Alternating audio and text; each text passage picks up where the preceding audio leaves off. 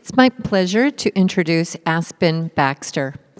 Aspen is a passionate disability advocate and public speaker who lives with T9 paraplegia, FND, and autism.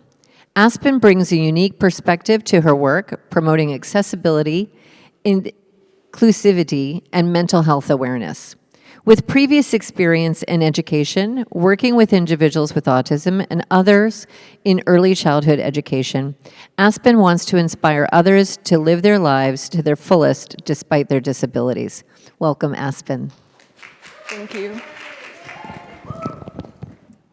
Hi, my name is Aspen Baxter, and this is my service dog, Jojo.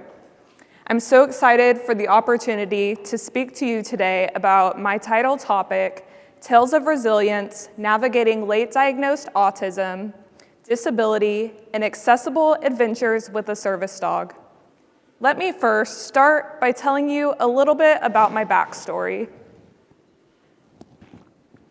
In September of 2021, I had undergone a traumatic experience that completely changed my world. I checked myself into a mental health facility after spiraling in a way I had never done before. I was lost, I was unpoweringly sad, I would have uncontrollable outbursts of screaming, biting, and clawing at myself. I was surrounded by doctors and nurses who were unable to help, other than standard protocols. With myself having reaction after reaction to every medication they tried, after asking for help, I felt more alone and trapped than I ever had, surrounded by people who didn't understand me or listen to my concerns. The nurses and doctors thought I was just being out of control, that I was faking my medical reactions, when really I was scared, misunderstood, and not being heard. A few weeks into my hospital stay, I was given medication that paralyzed me from the neck down. My family had to fight for my release from the hospital, and with little information, my life flipped upside down. I began having daily seizures, losing my ability to speak or care for myself for more days at a time. By November of 2021, some of the feeling came back to my arms and my midsection. Later, I would be diagnosed with T9 paraplegia. I can no longer retain information, especially the short term. I have chronic pain, and the list of symptoms and diagnosis are a mile long.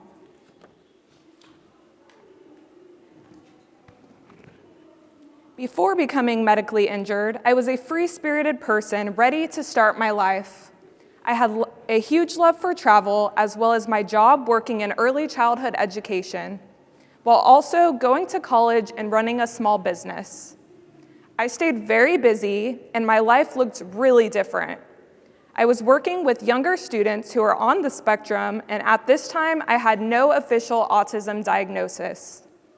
I was living a productive life, but I still had always felt different, misunderstood, and out of place.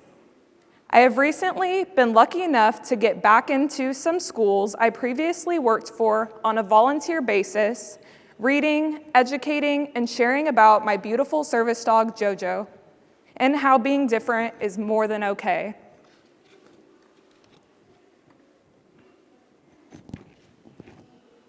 As a child, I always felt different and I struggled to fit in.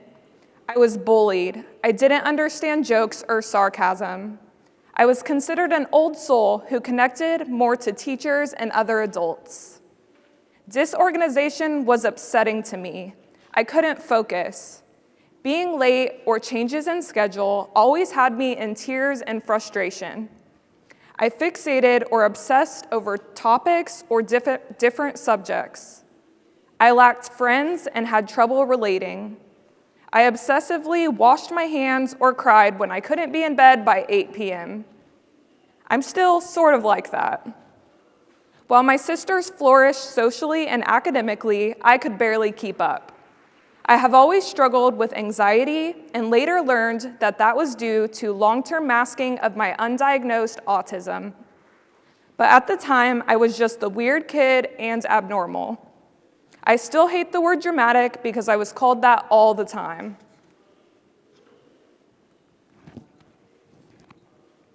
Through research, therapy, and with the help of a trusted doctor, I found a place that would do adult testing for autism. I had people questioning why I wanted to know if I was autistic because it wouldn't change anything to them.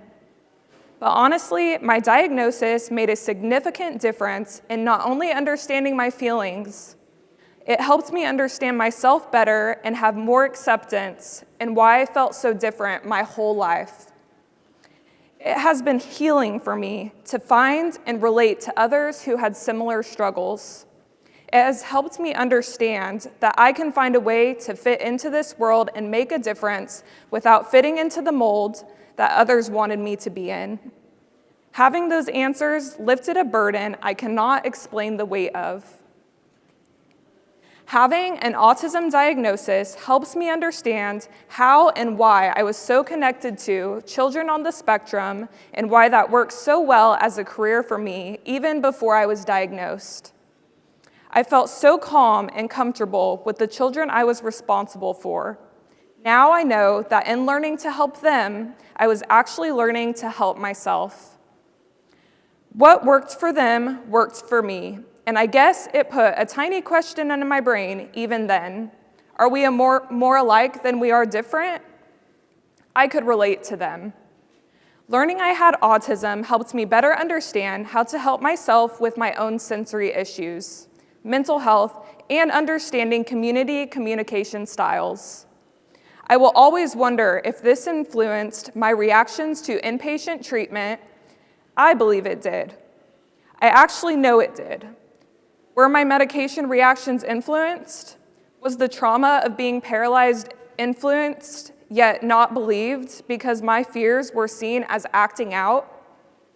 Every individual is unique, should be treated as such. There are so many factors that change how each individual reacts to medication, trauma, and environment. So my autism journey and medical injury story is quite overwhelming to reminisce, but it does lead to a beaming positive, that is my beautiful service dog, Jojo.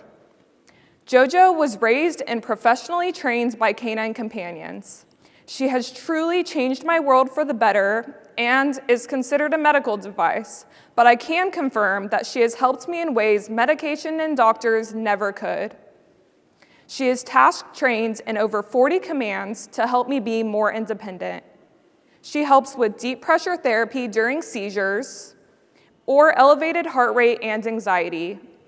She retrieves and delivers dropped items. She pulls the laundry basket or reaches things in the dryer that could put me at a fall risk. She also notifies my caretakers when I'm in danger by alerting them with her barking. For instance, detecting a seizure or to alerting a fall, she is always there to help no matter who is around, which I am sometimes quite good at doing, falling.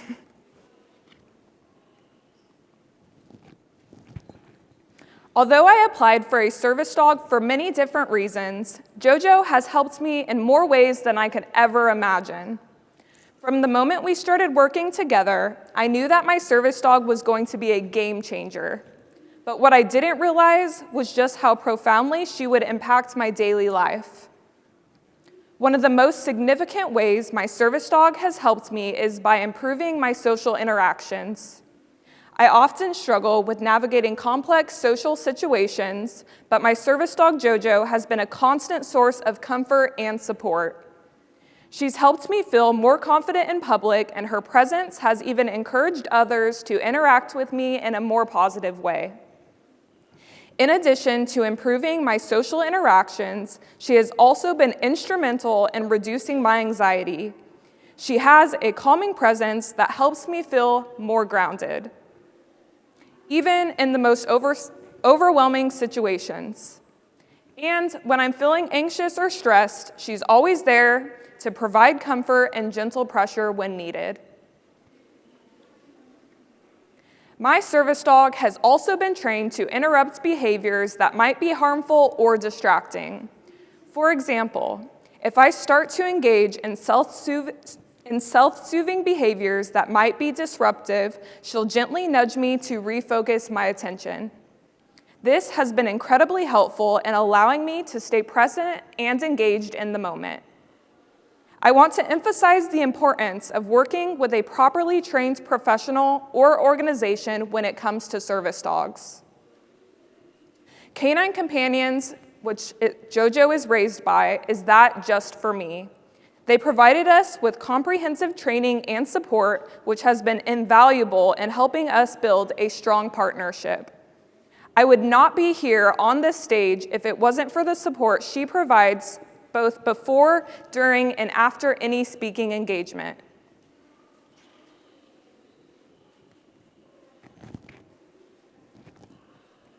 What have Jojo and I done since my injury and autism diagnosis? Motivate, educate, advocate, grow, thrive. This has absolutely not been an easy journey for me, but I want to be an example for those who are late diagnosed autistic. I was diagnosed at the age of 23, and I went my whole life without ever knowing. For those who have experienced trauma, who think life won't get better, don't give up. We need to show up for each other as well as all of the people around us. We need to speak up, loud and proud, or soft and subtle, so nobody else has to feel small, irrelevant, or unheard. I am now former Miss Wheelchair Oklahoma USA. I used that platform to advocate for mental health awareness. I opened the 2023 Oklahoma Memorial Marathon and will be doing it again next week with the nonprofit organization Ainsley's Angels, whose mission is together we shall educate, advocate, and celebrate inclusive communities while connecting everyone through empowerment and belonging. I have always wanted to feel like I belong, and I finally found myself as well as the uplifting communities of like-minded people who encourage me to live my best life without that worry. I have traveled to 8 countries and 20 states. I have gone on collaboration trips and sponsorships for disabled travel and lifestyle companies. I volunteer. I put my word out there for others to see and hopefully not feel so alone. Life doesn't have to end after a new diagnosis. It can be hard, scary, overwhelming, and exhausting, but it can also be the beginning of a beautiful journey. This is only a short list of some of the places I have been since becoming autistic, but also disabled. So many disabled people are still, to this day, told, you need to just stay home, to hide. Autism makes many of us feel like outcasts already. There is strength in diversity. The world cannot and should not silence those who just want to be treated equally, have the same opportunity for life experiences. Understanding qualities, characteristics, perspectives, those things that make us different are necessary to share. It's essential for growth, understanding and creating a healthier community for all to contribute and thrive in. These differences shouldn't be hidden. They should be embraced and celebrated. I strive to grow, learn, see beauty in all places, and to continue to encourage those with physical or intellectual disabilities to live their best life, represent, and be a part of this world. Don't hide from it.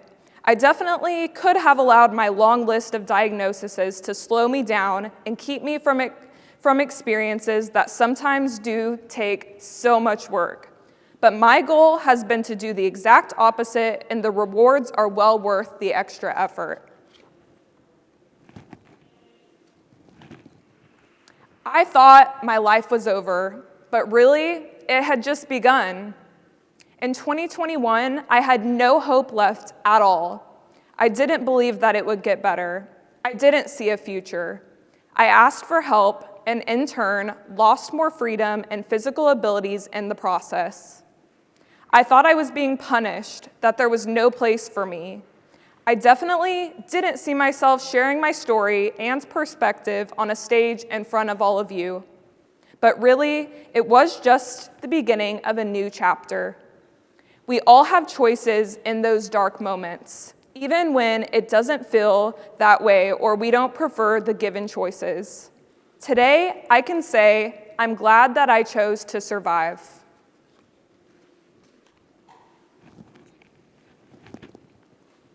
One of the biggest things that I want to encourage everyone to do is to surround yourself with a healthy support system. I know for a fact that I would not have made it this far without the team of people behind me, my family, my friends, my caretakers, my beautiful service dog Jojo, and that is something I always want to encourage others to find. Becoming disabled in my 20s has made me reevaluate a lot of things. I've lost friends, but I've gained real ones. There is a lesson in all of the journey if we are open to receiving it. You do not have to be strong all the time. It's okay to ask for help, and even with my medical experience, I never want to discourage others from reaching out for help if you need it. This can be a trusted loved one or sometimes a perfect stranger. Your voice is powerful, but so is your tribe, and sometimes those in your corner are surprising in the best way possible. One of my biggest lessons is to always have someone who is on your side to speak for you when you can't speak for yourself.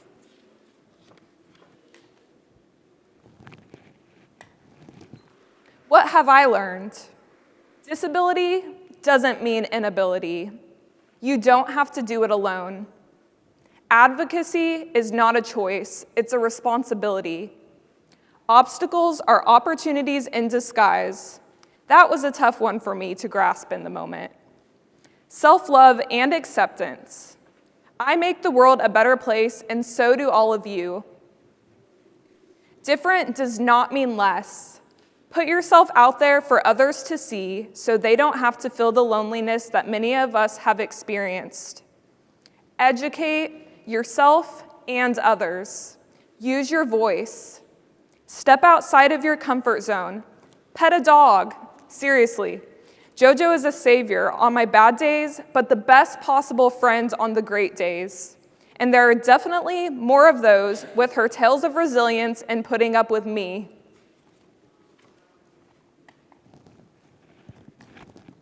Please remember, if there's a will, there's a way. And with the right support, be it a dog, doctor, family, or friend, you can do everything and anything that you set your mind to.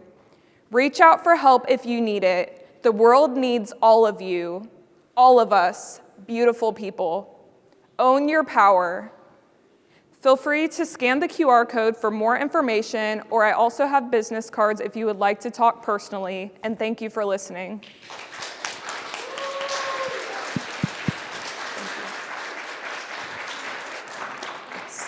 Thank you so much. Thank you. Thank you so much for sharing your backstory. Your tale of resilience has given goosebumps to a lot of us. I really appreciated you mentioning that high-functioning autism is not easy autism. Thank you for introducing us to Jojo. And Aspen, I want you to know that you can give a lot of professional models a run for their money. So on that note, thank you so much. A louder round of applause, please. It is indeed an honor to us to present to you a small token of appreciation. Thank you. Thank you. Thank you so much. Thank you. Amazing. I want to talk to you later. I've got colleagues in Oklahoma. Oh, who'd like to awesome. come to you.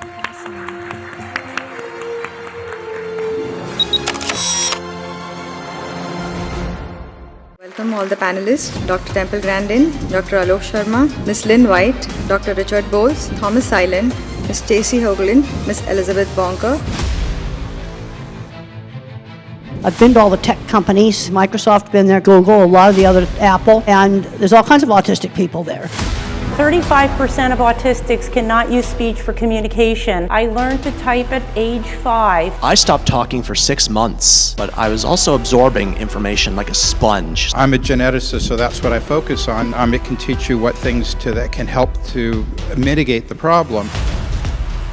One of the things right now that's a big push right now is how hyperbaric medicine can affect autism, or positively, right? And hyperbaric oxygen therapy is one of the best anti-inflammatories. We are treating younger children at about 3 with stem cell therapy. Within 6 months, they are going off the spectrum. Every person that I ever met with autism, they all want to be a valuable member of society, to have a quality of life that every human wants to have. This is going to be a very unique panel discussion. I mean, we've got such distinguished people here coming from different backgrounds, different specialities, different age groups, different everything. This is an open discussion. It's open to questions for all of you. But I'd like to kickstart the discussion by asking Temple, the autism that was there in your age group, or that Bill Gates describes, and the autism that you see now, could you share with us, what do you think, what is the difference? Well, I had definite speech delay, absolutely definite. Some of the things that have been discussed that might be possible causes didn't exist. I'm 77 years old, and then I'm thinking back to when I was a child and when I was young, people that would have been called Asperger's, where there's no speech delay. A lot of these grandparents that come up to me and talk to me, they're old enough that some of those other things wouldn't have caused it. And what I got to thinking about all of this, like there was some very severe stuff discussed, there's a lot of people where they're just slightly geeky.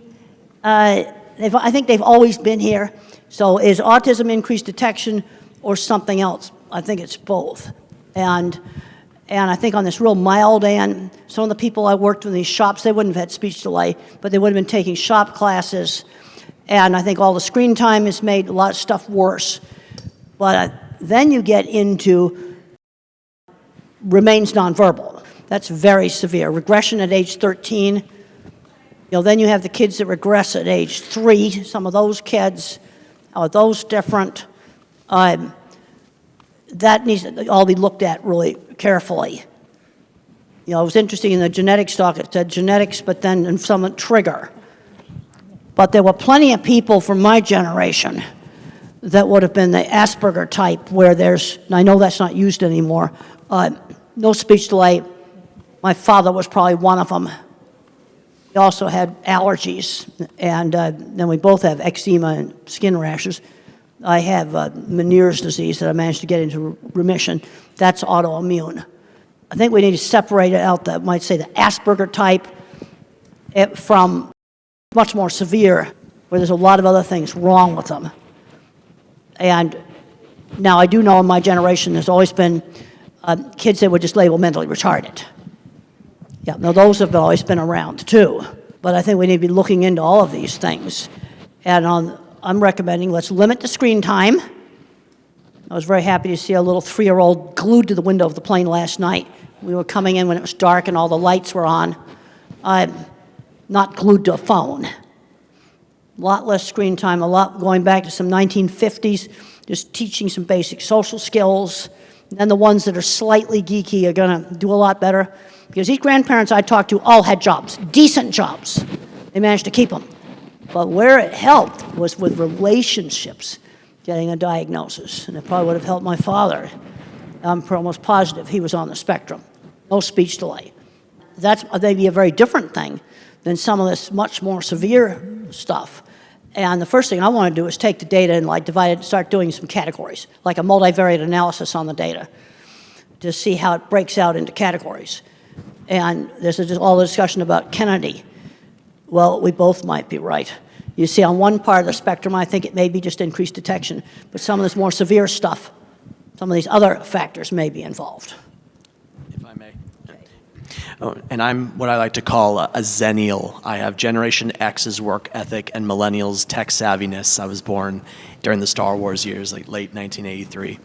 I just aged myself there. But I also see some of the development of how autism has appeared over the years. For instance, when I was first diagnosed, or even before I was diagnosed, I stopped talking for 6 months when I was about 2 years old. but I was also absorbing information like a sponge. So when I finally spoke again, I was ready to wring that sponge out. I could read, write, spell, rearrange magnetized letters on the refrigerator into words. I would rewind Sesame Street over and over again, my favorite parts of movies. We've really come a long way since thinking that Dustin Hoffman and Rain Man is the definition of autism, or at least that's what they had to work with back then.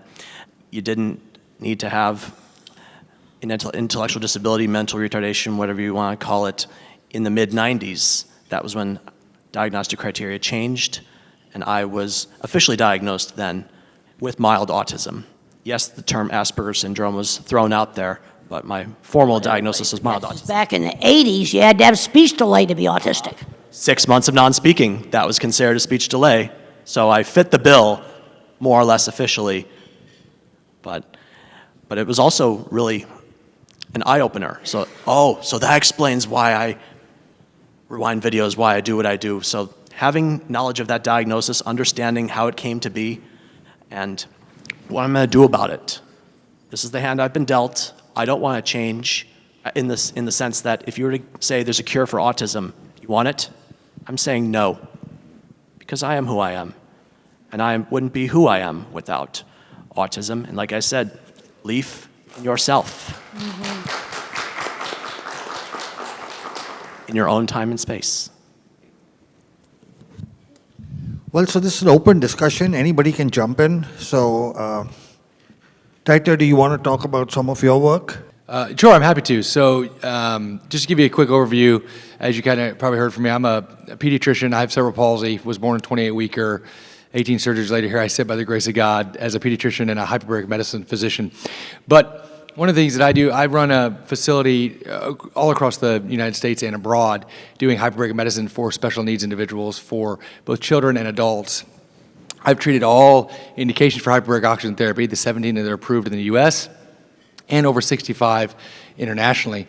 One of the things right now that's a big push right now is how hyperbaric medicine can affect autism, or positively, right? And hyperbaric oxygen therapy is one of the best anti-inflammatories out there available, better than prednisones, better than anything else like that. The big key, before I go into a little bit more, I'll take 2 minutes, it's important to note that correct type of hyperbaric chamber is necessary, right? As the president of the American College of Hyperbaric Medicine and a key opinion leader in that space, it's making sure that we don't have a lot of these soft shells and the misunderstanding of how to use hyperbaric medicine safely and effectively. But the bottom line is it does work because you're mobilizing stem cells through nitric oxide pathways, and you're able to see when you use hyperbaric oxygen therapy, it addresses... Are you saying the soft shells don't work? I'm saying that a lot of them aren't as effective. Yes, ma'am. I think that there's a safety effort there. They're not covered by the FDA. People don't have the right training. They work in terms of some depth, but I think that there's a larger breadth there that has to be, make sure you're doing it effectively and correctly, right? So we see this a lot. But you'll see a lot of anti-inflammatory processes and stem cell mobilization where you have actually an 8 to 12 times increase of your stem cells, and that's why these kids are improving. And when you combine them with some of Dr. Alok and other stem cell programs, you can see dramatic improvements. And so we're seeing the same kind of testimonies that you are showing in your presentation, Dr. Loke, new speech, ability to pick up new language. It's incredible results. Is your work published? Do you have scientific papers showing the results? There's well over 250 published papers, both in India and across the United States. There's actually, apart from that, there are over, just in autism, there's over 200 published papers in terms of showing the anti-inflammatory effects and how hyperbaric medicine can mitigate and improve autism and its effects. Richard, would you like to jump in? Genetics versus environment. It's not versus, it's always both. The genetics is who is at risk. I mean, let's face it, no one has perfect genetics, and no one has a perfect environment. But some children are being affected and other children are not, even though they're in the same, very similar environment. The difference is genetic risk. But even if you have the genetic risk, does not necessarily mean that you're going to get it. You have to have a permissive environment as well. So it's 1 plus 1. You have to have both of them. I think that a lot of people are focusing on environment, And that's great, because that's something you can do something about, but not that many people focus on the genetics. I'm a geneticist, so that's what I focus on, not that it's more important, but I think it's equally important. Knowing the genetic risk can teach you what things to avoid better. It can teach you what things that can help to mitigate the problem. Knowing the environmental risk can do the same thing. So I think they're equally important.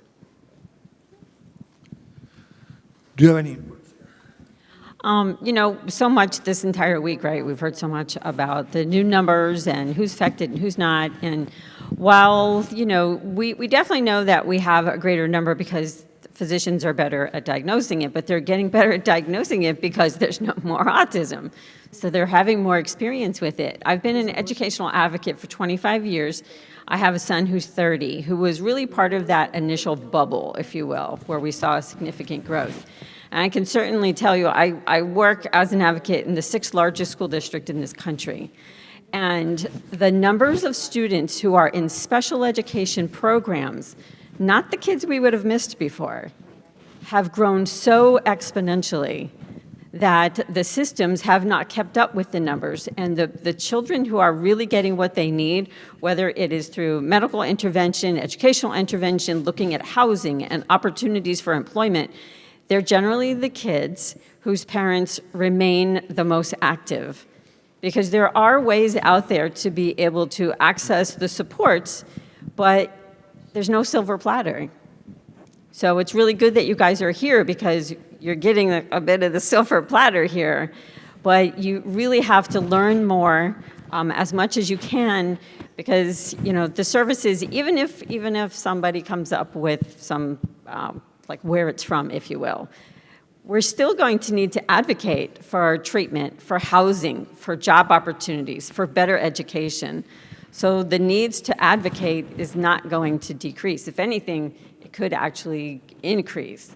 So I just encourage you all to do that. So I think the numbers are not just like, it's not just genetics, it's not just environmental, it's not just this type of autism versus that type of autism. I think that every person that I ever met with autism, and it doesn't really matter if they were a speaker or non-speaker, they all want to be a valuable member of society, have a job if that's what they choose, or to volunteer, but to have a quality of life that every human wants to have. Lynn, do you want to?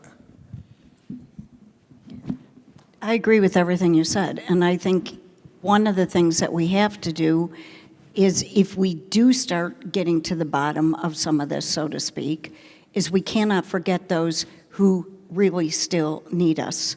There are way too many out there that are not getting what they need, and what I'm the most concerned about is, if they come up tomorrow and say, these are the 3 things, so we're going to turn the numbers back around, our children are here. These children are here. We have parents here who have come up to us and said, my child is 4 years old, help. Okay? We can't forget them. They're here. And I think everything she said is right.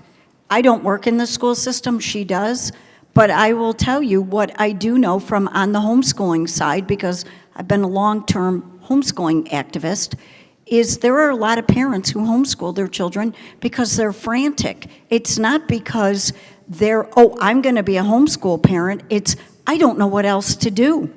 And until we accept that we have to do more, I'm all about finding the solutions, but that's above my pay grade. I'm just trying to help the people that need the help.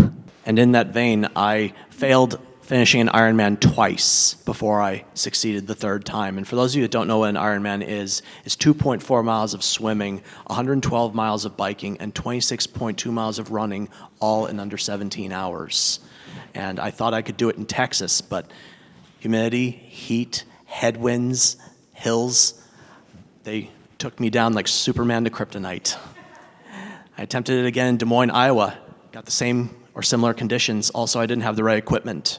I realized I really had to invest not just in money like a new watch and better bike, but also putting in the time. And I too do not use functioning labels. I feel when you call someone low functioning, you discount or dismiss their strengths and capabilities.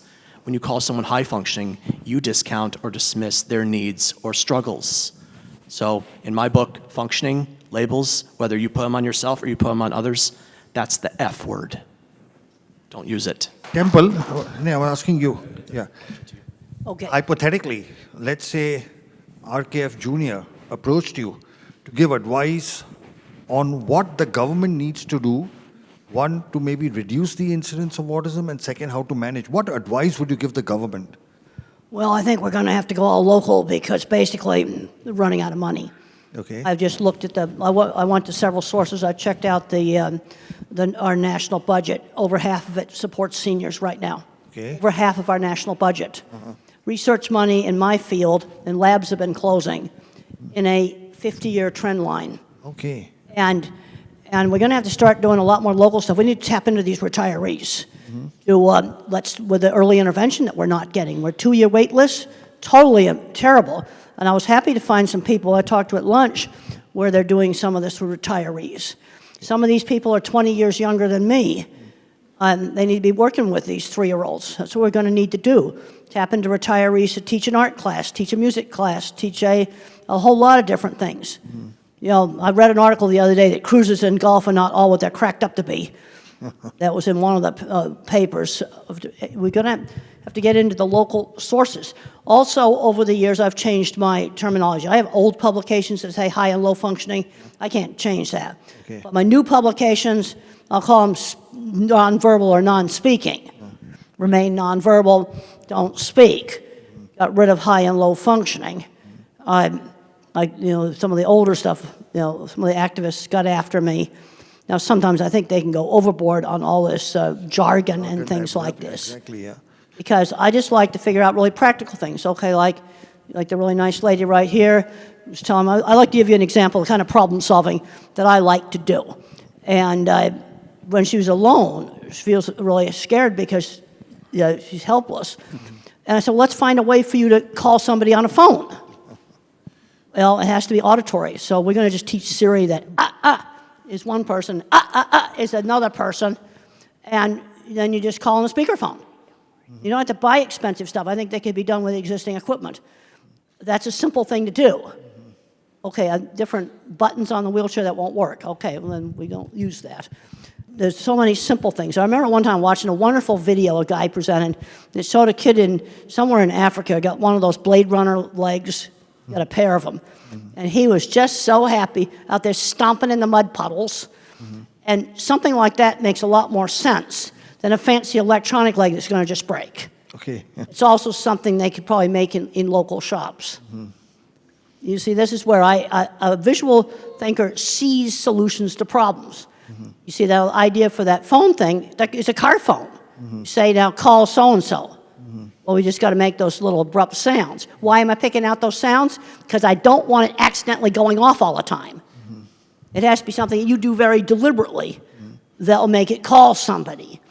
I just think that stuff up. I mean, that's what visual thinkers do. I heard a solution to a problem. I also saw car phone in a car, too. The activists got all over some parent group that's called Profound Autism. And these are the people who need 24/7 care. You know where I've seen some of the best 24/7 care for really severe? Some faith-based groups. I've actually seen some very, very good programs. Benjamin's Hopes in Michigan, Brookwood in Texas. It's all private money. So some of the best programming I've seen for, I don't know what you want to call them, but these are the people that need 24/7 care. And they grow up into adults and the parents can't take care of them for the rest of their lives. You know, that's just examples of some things I've seen that really worked well. We need more of that kind of stuff. So we'll touch on an important but sensitive topic. Tom spoke about his impending getting married, and you have chosen to live life by yourself. Between the two of you to discuss, because very often people on the spectrum who are older, they approach doctor and say, should we get a child married?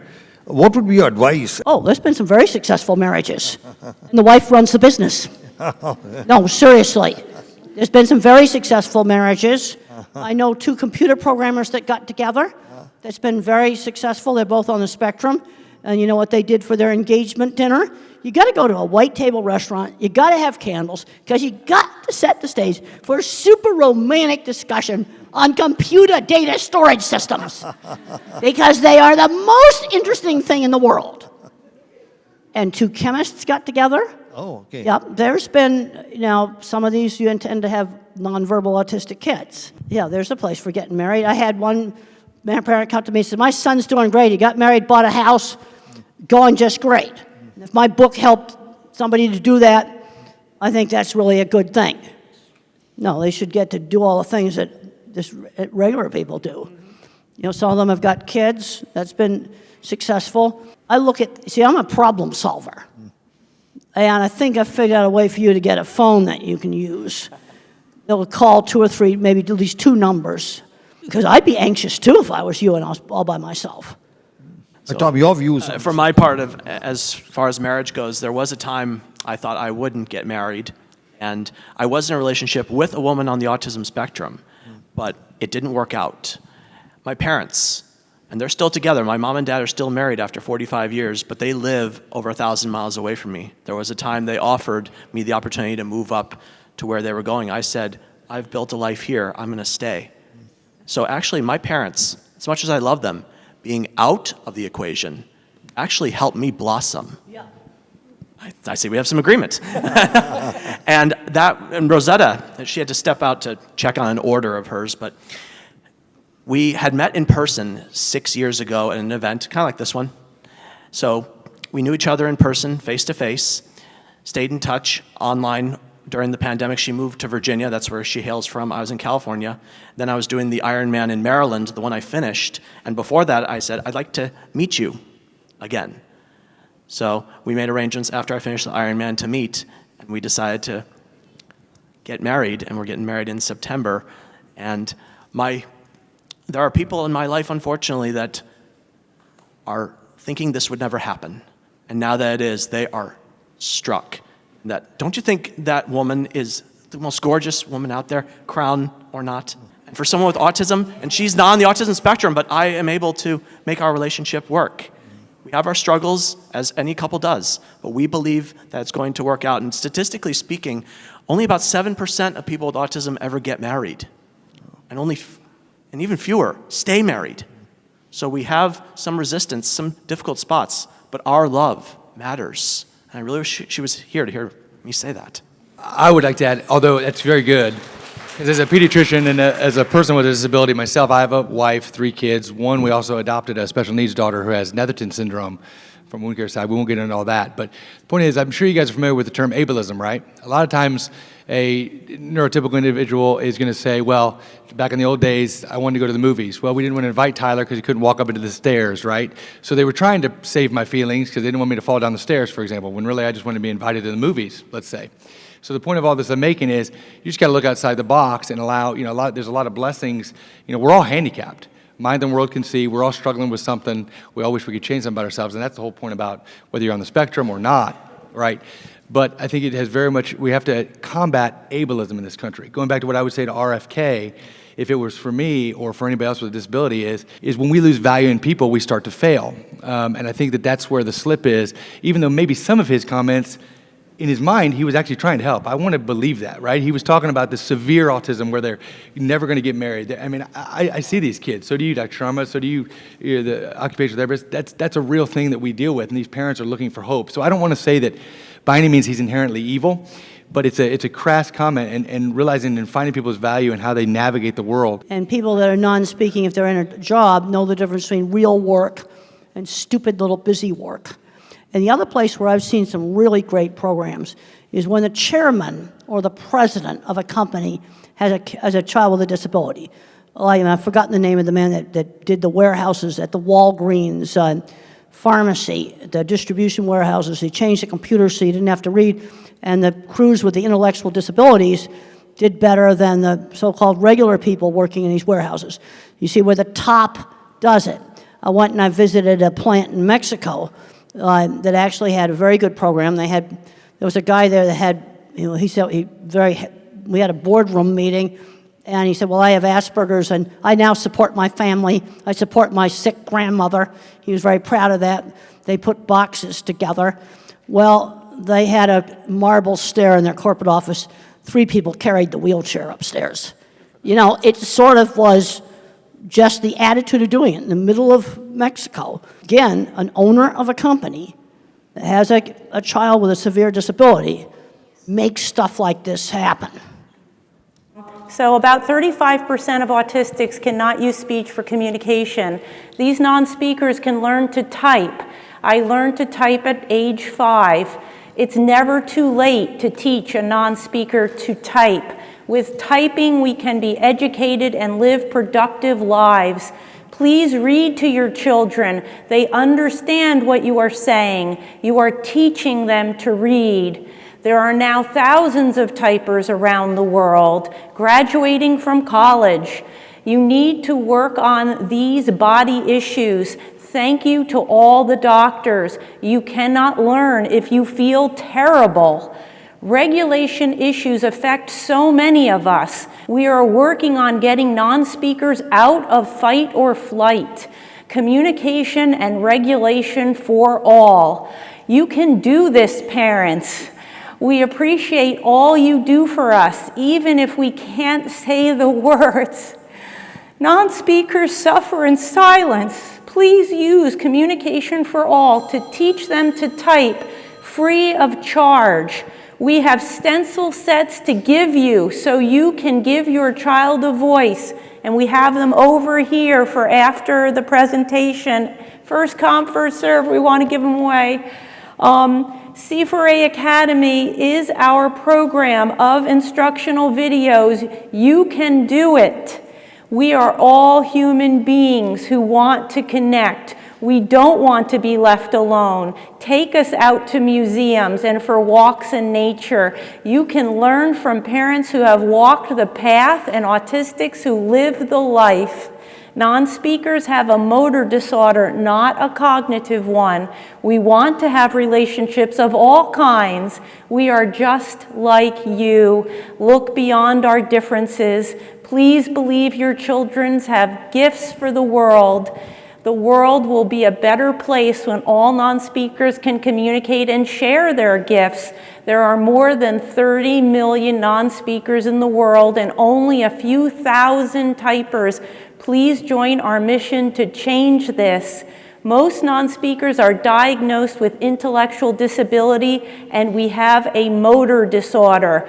Don't believe the IQ tests. We need to learn to type to show you what we know.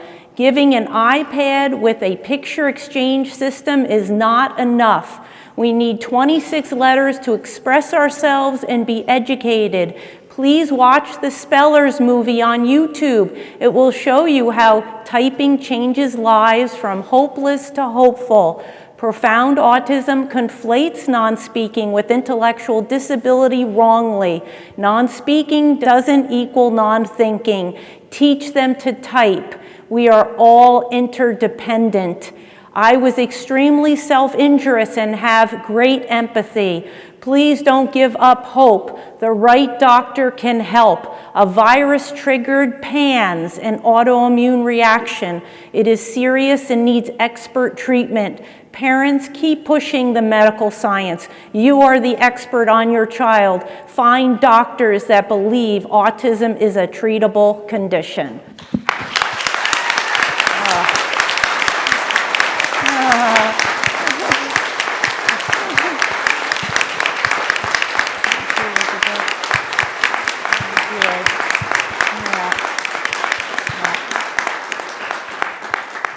This question is for Dr. Bolts. This is about the supplements that you had shared earlier. Is there a protocol to wean off the clients or patients who are using them, or is it more like a lifelong usage of these items? I think that depends on why the supplements are started in the first place. If they're started because you want to improve your concentration and focus a bit, and then you do it on your own or go to an environment in which that's not necessary, then you can decrease it.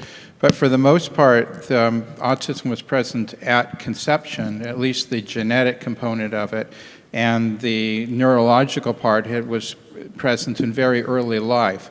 and most people continue the supplements for a long time. I do want to mention one thing that from earlier is that when we're talking about autism, we're talking about an extremely wide spectrum. And on one side, you have the billionaires, and obviously they are employed and they are getting married, and they are thinking of themselves as neuro-unique and not disabled, and that's very, very valid, and they are actually offering a tremendous amount for society. And on the other end of the spectrum, as a pediatrician, I see people that have very severe intellectual disability, who have abilities of a 3-year-old when they're intellectually while they're an adult. Maybe they can't even walk very well, maybe they have seizures, maybe they have serious problems as well. And those are also with autism. And those people are not going to get married and are not going to be employed. And then there's everything in between. There's a tremendous spectrum. And so it's really hard to talk about everything on the same spectrum with the same answer. I can't stress enough how much people underestimate the autism population. Yep. We are overlooked, we are undervalued, and unfortunately we believe what we are told, sometimes too much. When we're told we can't do something, we internalize it, we believe it, and we stick with that. It took a lot of me to get out of my own way and realize I don't have to listen to the haters. I'm going to do more with my life, and look where I'm going. Well, one of the things the projects that were shown in the HBO movie I did in the 70s, and I wanted to prove I wasn't stupid. That was a huge motivation for me, as a lot of people, since I couldn't do higher math, thought I was absolutely stupid and I wouldn't be able to do anything. And then I discovered these other people out there that owned machine shops, couldn't do higher math either, and were on the autism spectrum, and they had really good businesses and 20 patents. That made my day when I discovered them.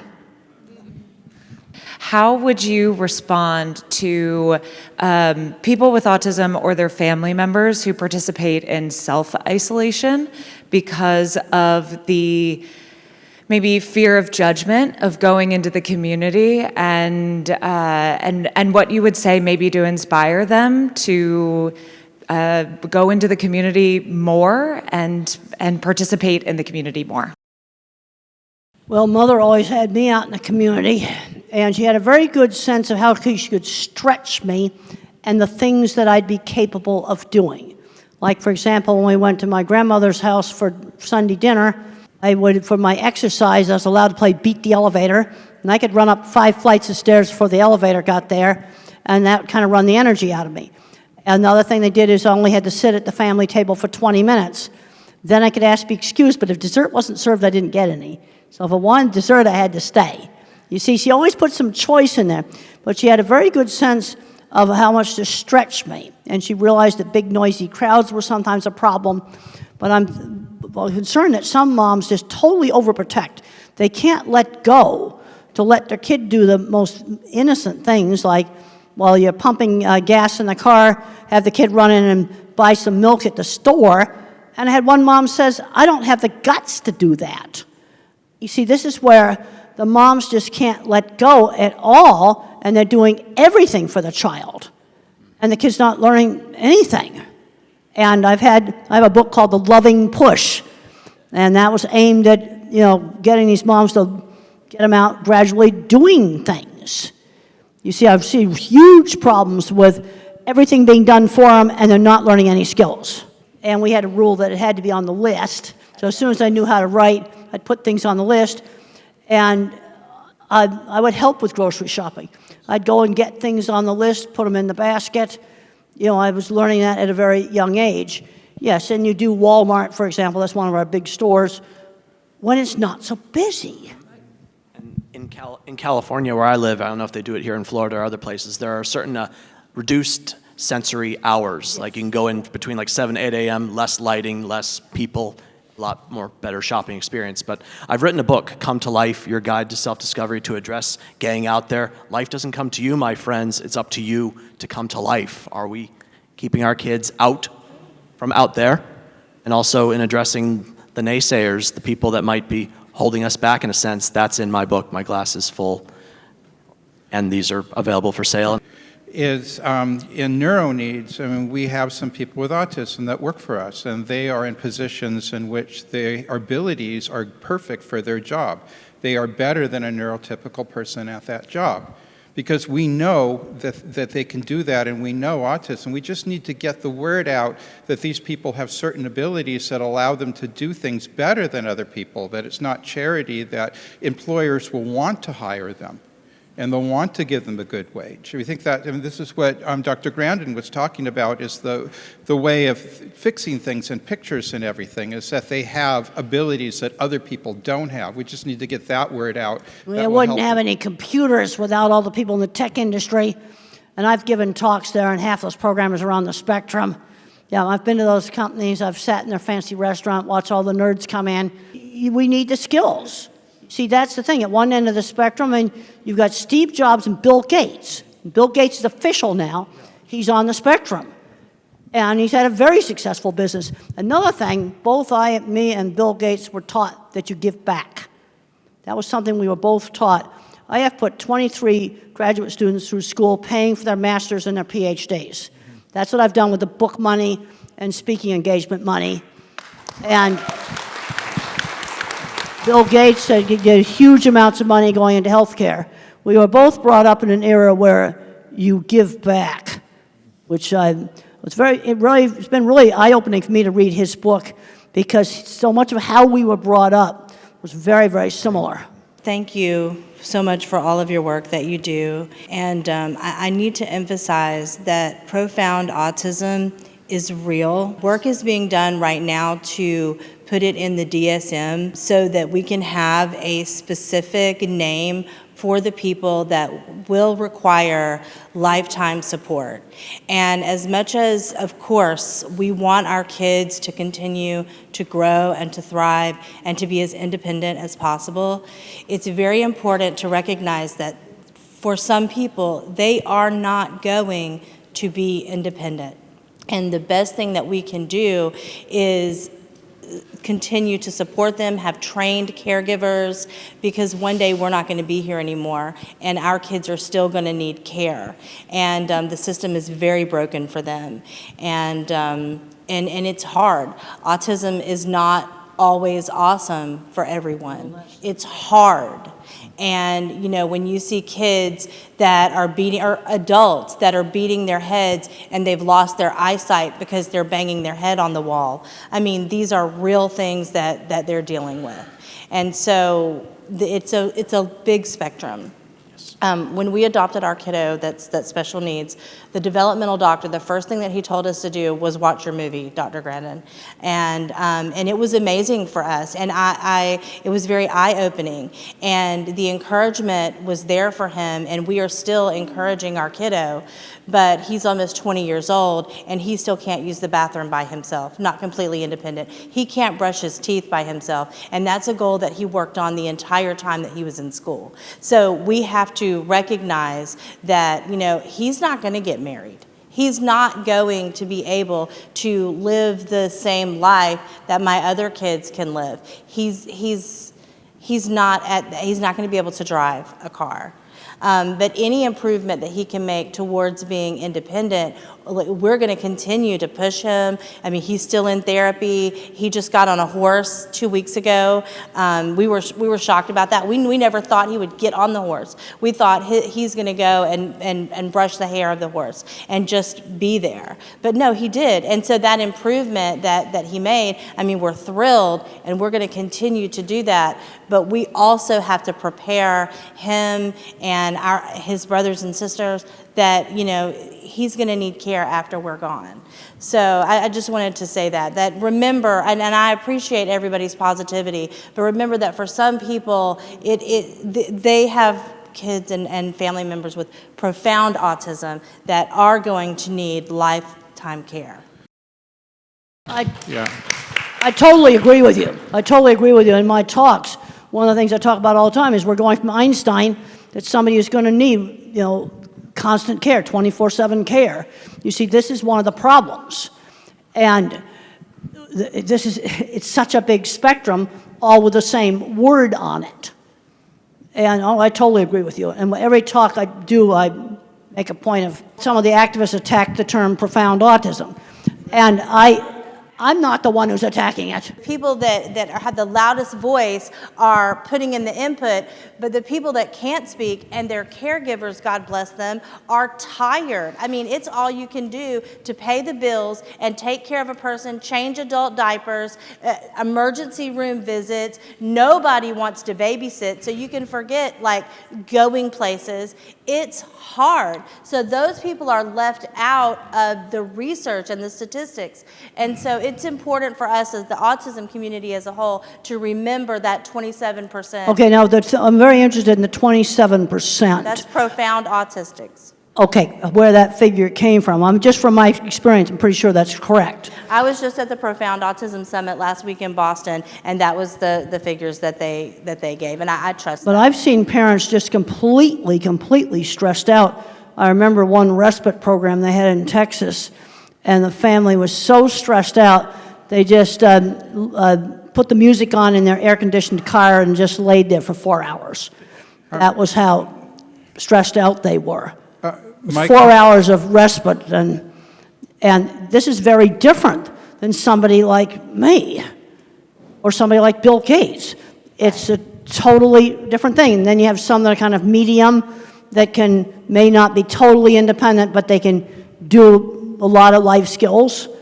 It's such a big spectrum. I really believe that what we need more people that care, more people that don't have autism, that care, like teenagers and like you said, seniors, that can help parents, that are trained, that there just needs to be more compassion in our society, and I feel like that should be a part of the message that the autism community is putting out there. Well, the other problem we got was certain advocacy, autism community, they attacked me, they've called me ableist, they've called me bad things.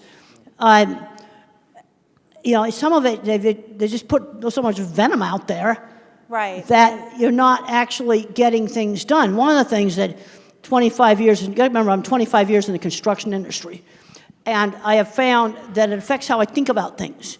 You have to build things and solve problems and not just talk about it. You gotta do stuff, you gotta get projects done, you gotta make them work. You got to not fight everybody. You don't get jobs done doing that. It is to support children like yours that I made that comment that didn't go over well. That autism is a very large spectrum. I see kids that appear to be profound. Some of them become mild autism because of the right treatment. Sometimes we find the exact gene and they get much better. Some of them become moderate autism, but some of them stay profound, even if we find the gene. Some of them we can't help today in 2025, no matter what we do. And you're right, the community is not really supporting them to the degree that perhaps that we should. And we need to consider them as well as the others. I need to just add something. You said there's no research on profound autism. Very little, like 6%. They're like but people with no, profound just to autism. let you know that we are actually doing intense research through brain scans. So we are doing PET CT scans, and we are noticing that those children and adults with profound autism have a very different type of hypometabolism in the brain.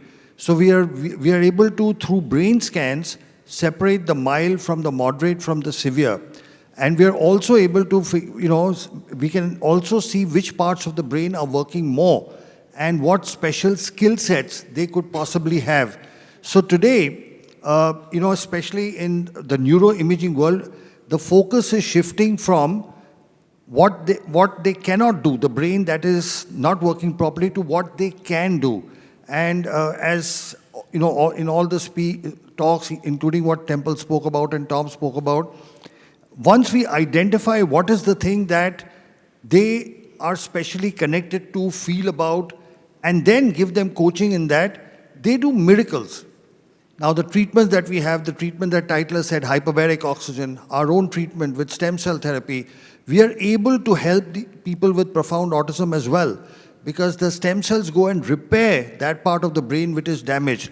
And we are seeing non-verbal, there's no question about the improvement. A child who's non-verbal for 8-9 years starts talking, Now there is no question about whether it worked or not, because you're non-verbal, and surprisingly, among the first things that the children say, they tell their mothers, "I love you, mommy." We've got dozens of kids where among the first things that comes out is expression of love. It was just bottled up inside, and it actually gets expressed. Yes, there is work being done. Those distinctions are happening.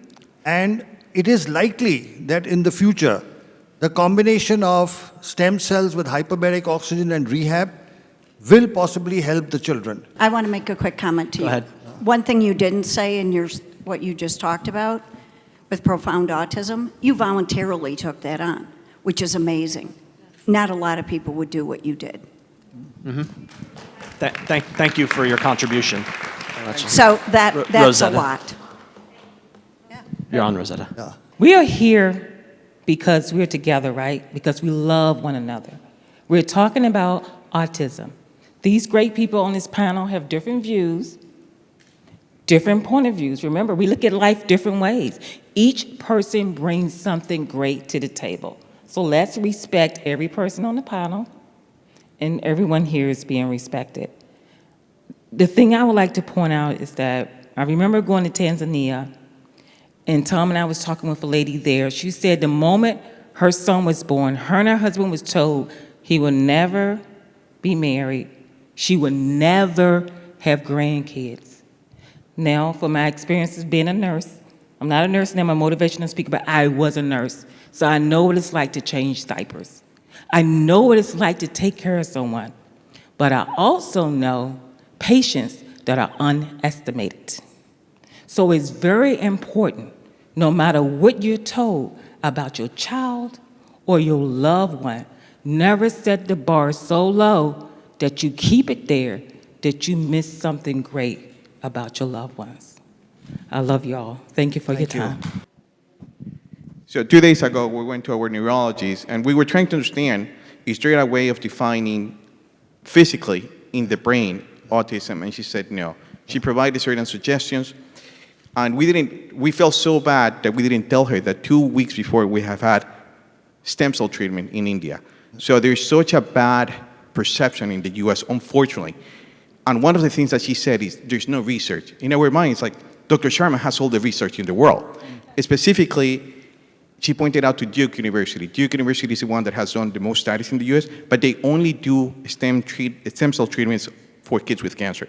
So my suggestion and pledge, Dr. Sharma, how can we let the world about your research? And I know you have it. You are open to give it to anyone who wants that. What can we do, us here, to help the world know about the success of your treatment? Whether it's leaders, politicians, regulators, they finally listen to people. You're the real voice. You are what is real. All of us, some of us, have professions, some of us have a conflict of interest, some of us have particular preferences or beliefs, but parents have one and only one thing in their mind, the well-being of their children. Is there anything else that you can even think of? Nothing. So your voice is the voice that will be heard. And when you speak it loud enough and repeat it enough, there will be a change. Change comes about when people like you speak out. Because, we believe our own clinical experience is showing us that when we are treating younger children at about 3 with stem cell therapy, within 6 months they are going off the spectrum. The older the child, the longer it takes. And it is my hope and dream that one day this becomes a standard of care. The moment it is diagnosed, especially kids who are profound, will need it. There are children who will not need it. There are a whole lot of children who are mild, who adapt and who get along with life very well. But not everyone. There will be what she's talking about, the profound kids who need help. There's something called a hole in the heart. Kids with Down syndrome have a hole in the heart. If you have a hole in the heart, you fix it. The cardiac surgeon will go and do something and fix it.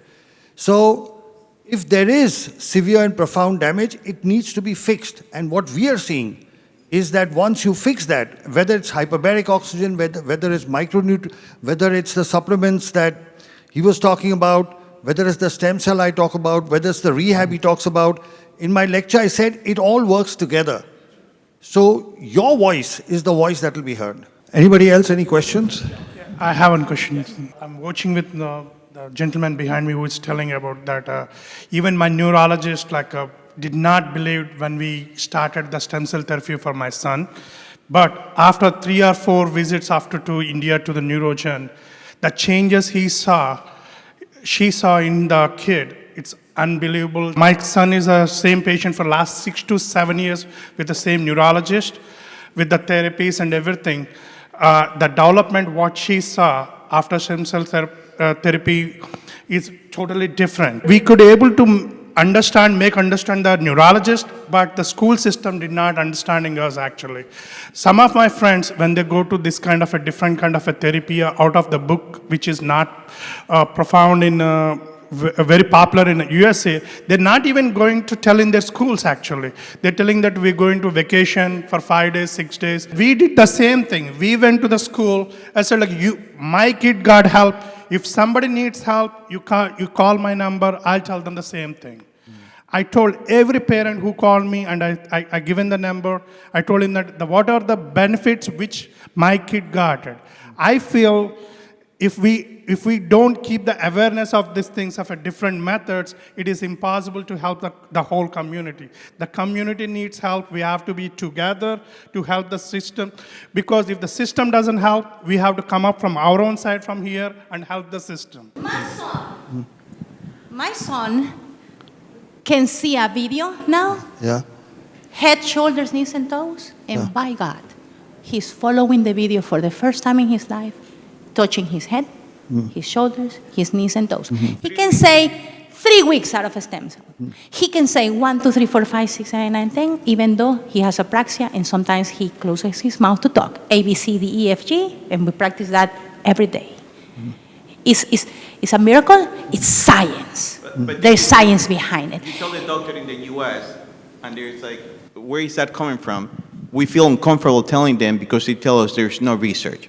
And that's why even though we speak up, we feel outcast. Because that's the system in the U.S. today. It punishes anyone that does any research outside the United States. They don't consider that research. It's like, I haven't seen any research. Neurologist practicing over 20 years. His pediatrician who didn't believe started believing after she saw the improvements. Go back and say, this is the improvements. Your child was not talking. He's talking within 3 weeks of the stem cell therapy. There is no rocket science to it. A child not talking starts saying ABC till Z after 3 weeks. That's a positive sign. Let the world know it. Speak up for it, and then slowly things will change. You know, And we if now have the present health secretary, R.K. Jr., he has actually tweeted about stem cells and hyperbarics. He's actually tweeted that these are things that were intentionally suppressed. He says it openly. He says these were suppressed by the FDA. The health secretary of the United States is saying that treatments like hyperbaric stem cell and all these other nutraceuticals, he mentions nutraceuticals, were intentionally suppressed. So when you speak up, they will listen. People do listen to parents. Yes, and what I did is, I did not listen to any of the parents or anything. I keep on stressing that, yes, we are treating with the same thing, we are treating with the same thing. We will be integrating with the other therapies, yes, but we're not going to leave that. If you think it is not helping, it is your opinion, but not my opinion. I'll do the good thing what my kid needs. I'll stand up for my kid. The gentleman had a question. What does the solution look like? Can come from a place of curiosity and discovery rather than who's using language itself. Ask for more discovery about why they were guided in language that way. And maybe, just maybe, instead of just seeing a lot of trees in Kansas during the 30s Dust Bowl trying to survive, maybe we use discovery, we have curiosity with all the groups to bring ourselves into one big collective force that can leverage the impact the world is missing. Thank you. I think the one big thing, and I'm going to get this lady too, is I'm in Melbourne, for example. The grassroots you hear about, it's finding somewhere locally that believes, and that's where it starts, with tremendous experience. And Dr. Sharma and I have worked together in hyperbarics for years now, right? And I go to India consistently. So you got to find the forward-thinking physicians that collaborate, that are thought thinkers and innovators. But for those of you guys who are out there, for me, Brevard Regional Hyperbaric Center, if you guys are around here locally an hour away, come see me. Those willing and able physicians are very few. And creating some sort of inventory, some sort of Facebook page where you can access and really point out specifically these physicians. We asked our neurologists about hyperbaric. There's no research. What they should point out is the kid that died in Ohio. So they're using those small mistakes sort of to prevail these sort of veil. We need an inventory list of those physicians that are willing. And if everybody can contribute, we have one. But I think if everybody can contribute, who are those physicians that are willing to work looking at alternative medicines? TACA has a list. If you go into the Facebook group of TACA, and then you have to submit your child, because they only accept people that has kids in the spectrum, right? And they do have a file that is always updated with doctors in the United States that are like pandas, and you can find Rossignol and Dr. Fry's names there. Any other questions? Yeah, thank you very much. My name is Masi. I'm from Kenya. I'm a mother of triplet boys with autism. We have to believe that autism is treatable. So we are coming from a background noise that autism cannot be treated. So you get this diagnosis and you are in limbo, you struggle, and then somehow you find the light. So I found some light. We've been doing stem cells since my sons were 5.5. I mean, it has been a game changer.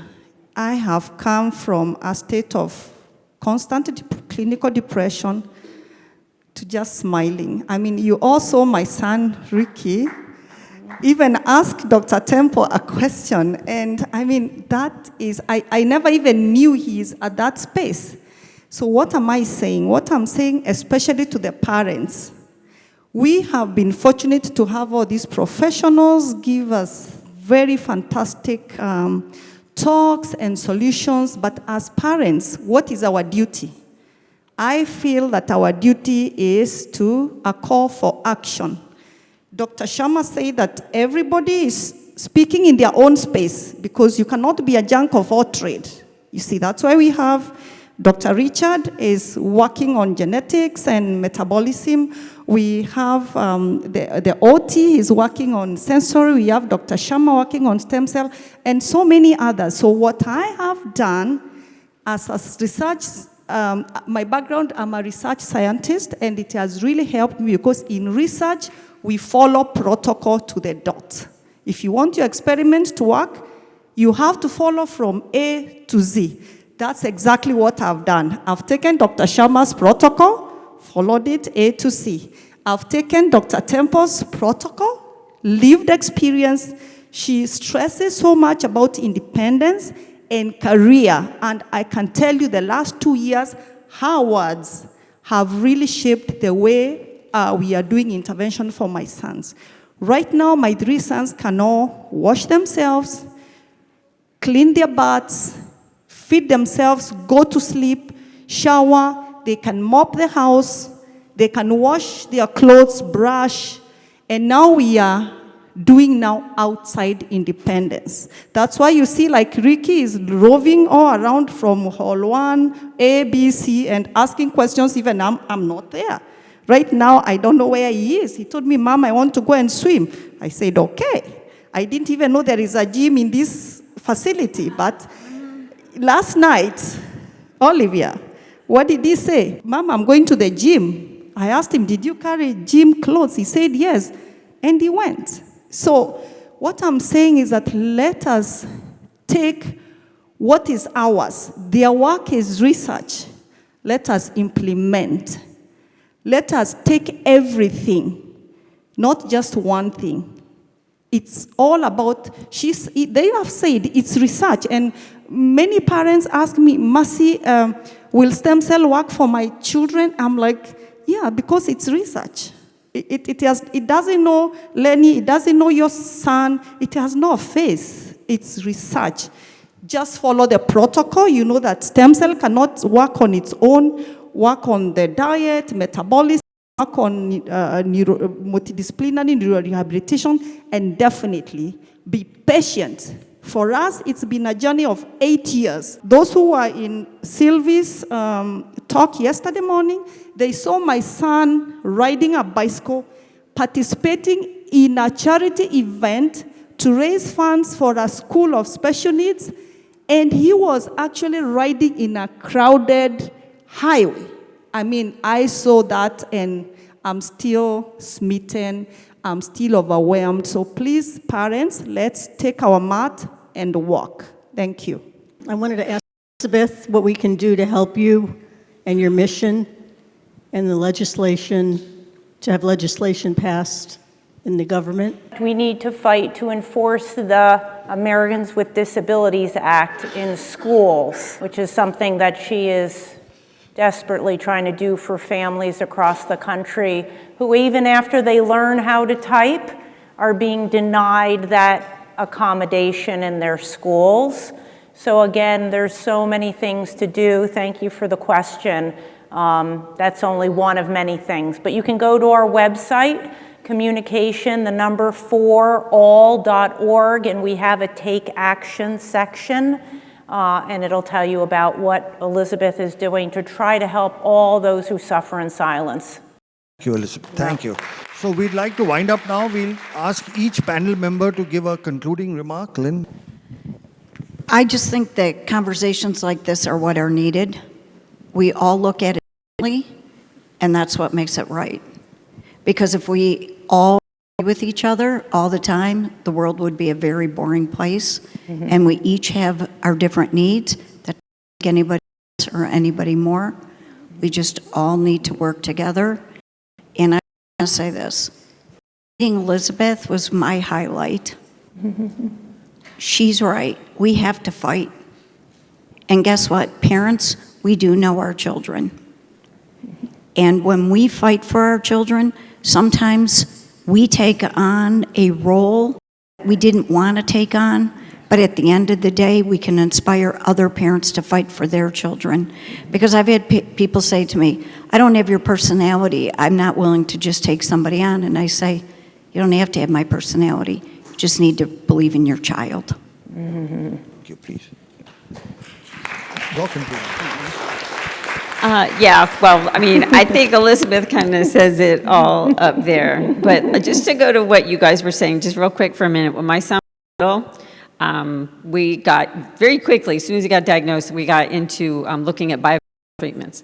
And we did the gluten and casein-free diet.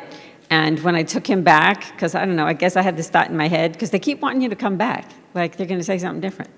And so I took him back like the next year to that same neurologist. And he's like, wow, what are you doing? He looks pretty good. Like, what's happening? And I was like, well, I have him on this diet.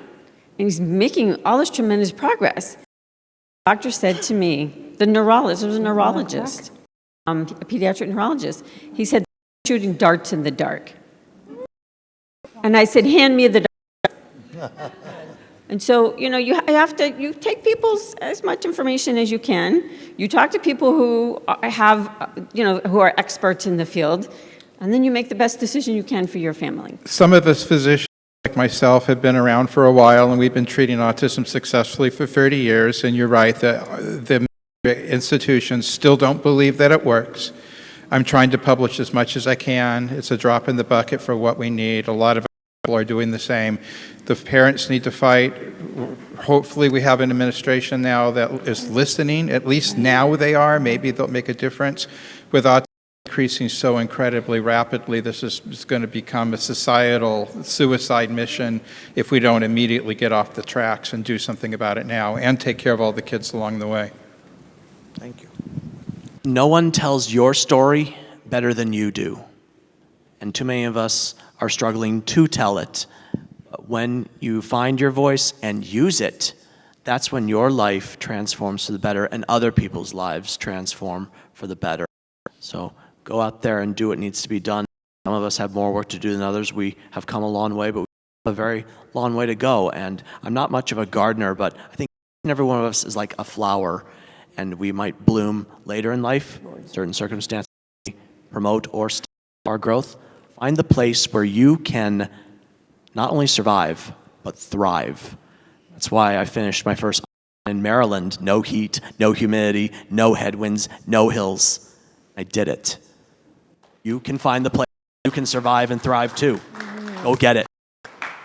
Final thoughts?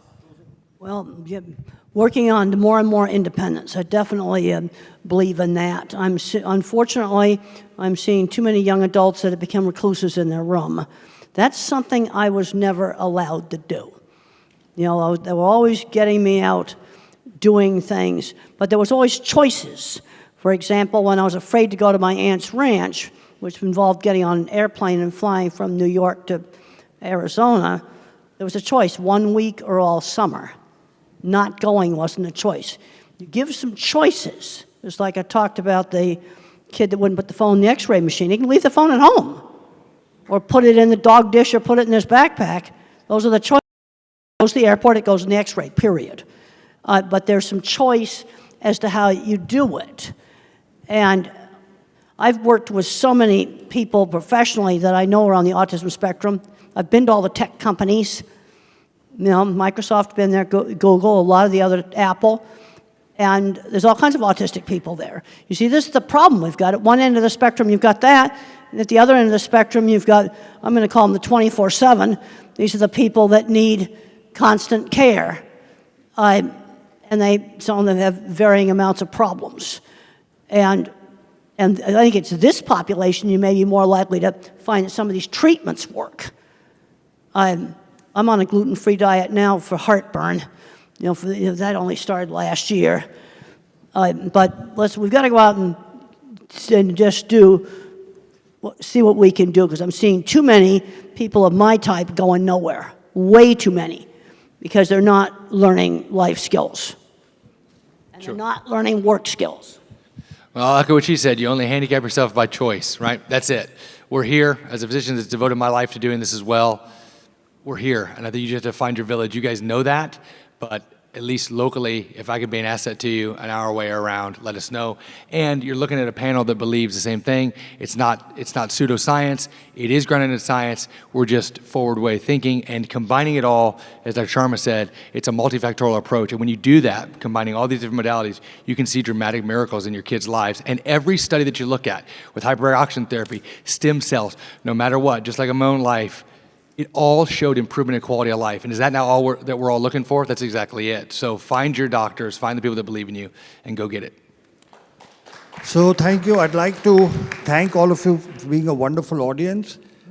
We want you to know that as parents of children on the spectrum, you, for those of us professionals here, are our inspiration, our motivation.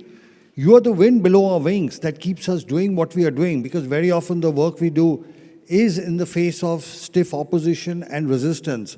But what you need to know is all of us in our own way, okay, whatever aspect of medicine we practice, rehabilitation we practice, will continue to do the best that we can to ensure that all whether they are children or adults on the spectrum, are able to be the best of what they are. We are able to bring out the best potential within them. The work that we are doing with stem cells, and we've treated over 6,000 children with autism, a total of 15,000 patients, including cerebral palsy. We have over 100 publications. So the research is there. It's just a matter of time as more and more, like your children start improving and start speaking, as more and more people get to know, this will be available everywhere. The truth, real science, real treatments cannot be hidden and suppressed forever. It will come out. And it is my belief that it's a combination of comprehensive rehab, micronutrient supplementation, rehabilitation, hyperbaric oxygen, and the stem cell that we do, and all the advice that Temple has given. If you listen to Temple, I suggest you watch her movies, you watch her podcast. She gives you very simple advice. That one advice, talk slowly, results in tremendous speech improvements. That's simple advice. So sometimes it's a very simple advice. It's not something high-tech that brings about the best results. So I want to thank all the panel. Thank you for the wonderful discussion. Thank you for being here. And thank you very much. I thank Dolly, thank you for arranging everything. Lynn, thank you for being the co-host of the conference. You two guys have done a great job. Thank you.